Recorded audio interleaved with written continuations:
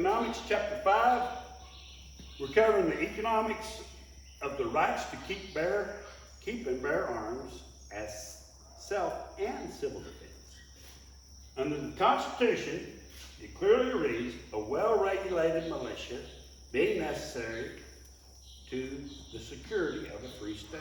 In other words, everybody has to have national defense or somebody will invade you. And the right of the people to keep and bear arms shall not be infringed. This guarantees the tax-paying commoners the right to defend their life, liberty, and property. And as civil defense from foreign invasions and your own government's negative cash flow by corruption. Sooner or later, a government's corruption can take over for a while.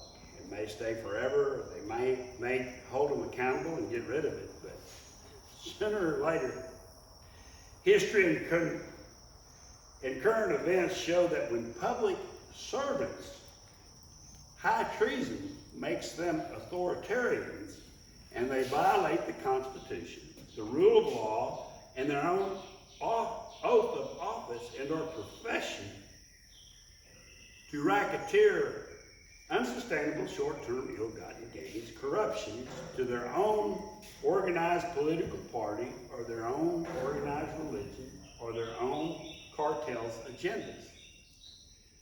Now these people aren't known for managing money well, and so sooner or later they have to racketeer and come back for more money. And when it affects the world trading, it's economic treason, because when you start closing export businesses down, you'll create import-export trade imbalances, and then comes the usual saber rattling and the usual wars of inhumanity to prop up a collapsed economy. It happens over and over again.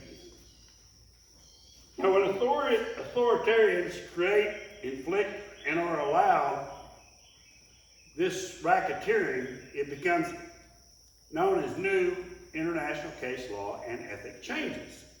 Now, this is as applied economic anarchy will throw any nation into recessions and continuous depressions and eventually collapse the world's economies and throwing global trading back into the dark ages.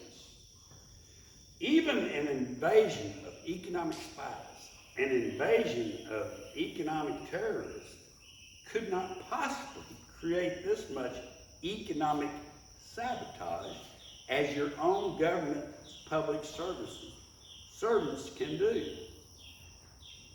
Now, the economics of self and civil defense against these cowardly acts of racketeering and guaranteeing the right to keep and bear arms, each home becomes a fortress or a pillbox when tax-paying commoners stand their ground against these cowardly invasions.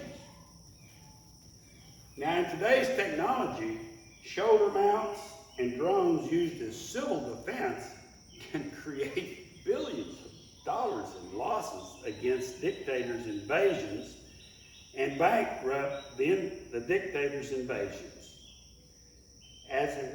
Even an economically ignorant dictator knows that when tax-paying commoners will stand their ground, and knowing in today's technology that drones can be equipped with facial identification and snuff out any cowardly dictator and their negative cash flow at any time.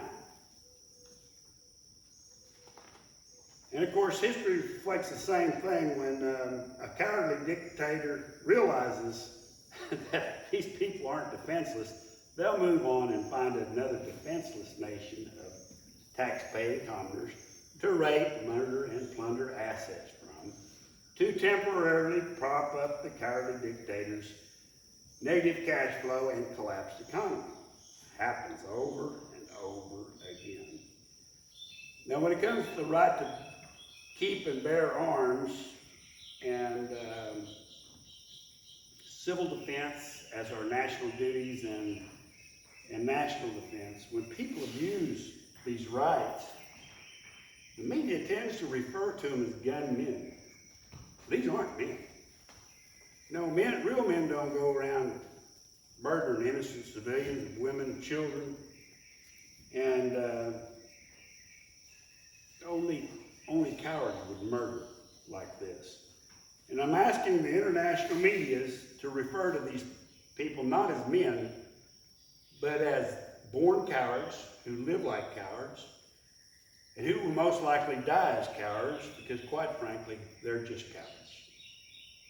Now, the good news is, with today's modern technology and uncensored technology self-educates us that, past civilizations who taught the art of civil and self-defense lasted longer and kept going. Knowing that present nations, before they invade your nation, they'll short your nation's economy to increase their unsustainable short-term ill-gotten gains that they never could manage in the first place. And will long their international munition stocks. Now, in today's technology with record keeping and AI's ability and filming these war crimes comes in later when you prosecute and you hold these people accountable and allow for their actions. Under Artho economics, this peacetime accountability of corruption, like-kind retribution as payment in kind, oh yes, you will be held accountable and you will be liable.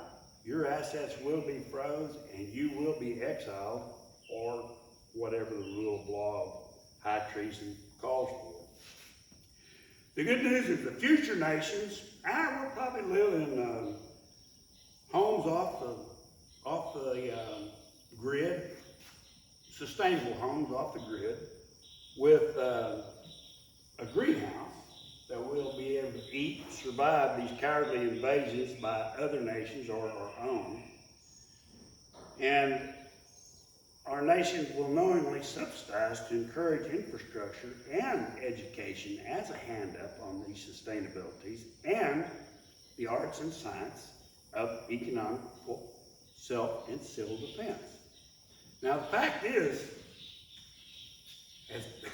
as mankind, we have to have this for the survival of mankind's economic prosperity, global trading, and world peace.